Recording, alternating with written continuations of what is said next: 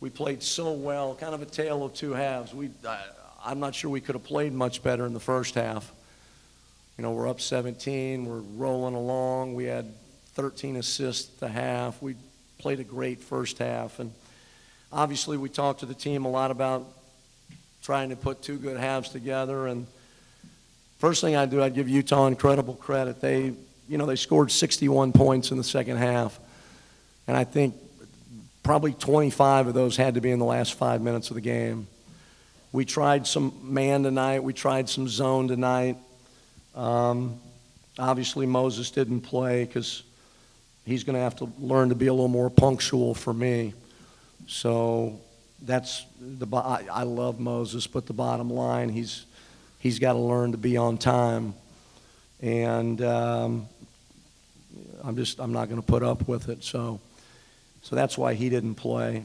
But obviously that didn't help us. But still, we're 20 up in the second half, so it had, I thought, very little to do with that. But we obviously turned it over some against their press. We missed some free throws late against their press.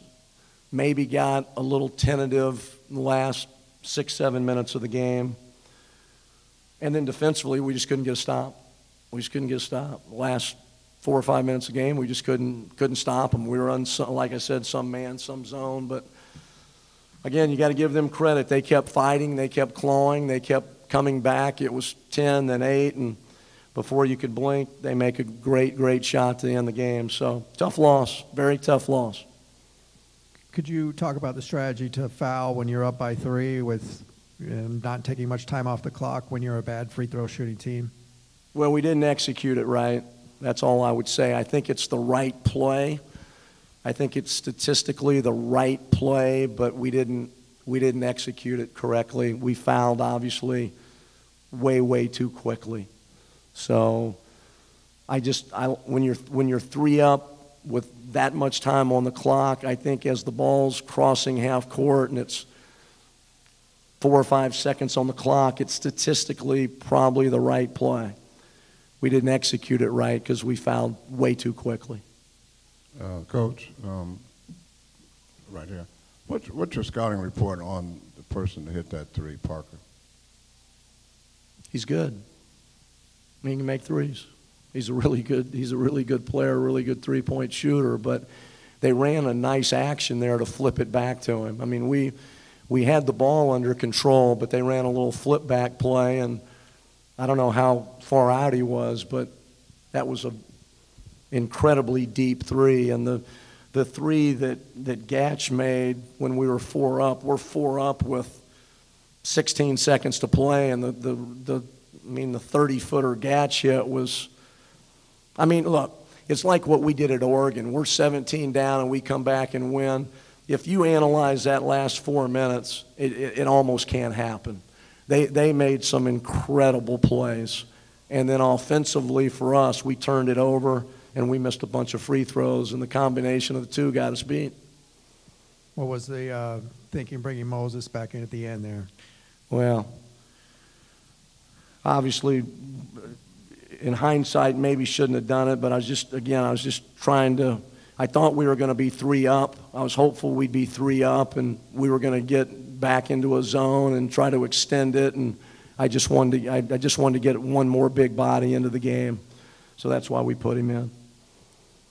Coach, like you mentioned, the offensive flow seemed like it went a bit stagnant starting with about 7 minutes left. Was that by design, telling your guys to hold on to the ball more, or like what changed there? Well, we wanted to still push it. I mean, we scored 92 points, but we still wanted to push it, but we wanted to take good shots and be aggressive in transition on a miss.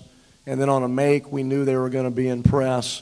So press offense into our offense. And we were trying to be aggressive. At every time out, I was saying, hey, on a missed shot, let's attack the rim, let's attack the paint, let's go downhill.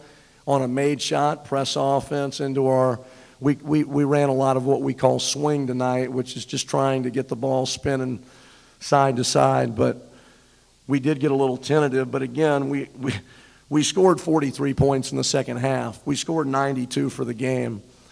When you score 92 for the game, you're probably not thinking that the other team's going to go score 61 on you in a half. but that's what happened. Coach, was there any consideration for David Singleton to intentionally miss that second free throw right before Utah made the game winner, just maybe to take some extra clock off instead of giving them an inbounds? No, we really didn't want to do that, but you can do that. We didn't in that situation. We wanted to go ahead and make that free throw to get up, by a couple. Murry, you've lost 3 in a row again now, and this one was pretty devastating. So you guys got to go on the road. Kind of, where do you gauge the psyche of the team and their mindset? Psyche's not real good right now, but players are resilient. Players are very resilient, and they'll be very down today and tomorrow, but we'll come back Monday and get ready for Cal. So, obviously we're about as down as you can be right this second, but I think after a day and a half of rest, and we'll come back and try to analyze what happened in the last 10 minutes of the game, and certainly it was a collective thing. It was, some mistakes I think I made, and collectively we just, again, it's like when we beat Oregon, I just come back to that. For them to beat us in the last 6-7 minutes, because I think with 6-7 minutes to play, we had to be up 12 or 14. And it was the combination of missed free throws, turnovers, a bunch of missed shots, and then at the other end, we couldn't get a stop. So we're down right now, but these guys will bounce back. These guys will bounce back.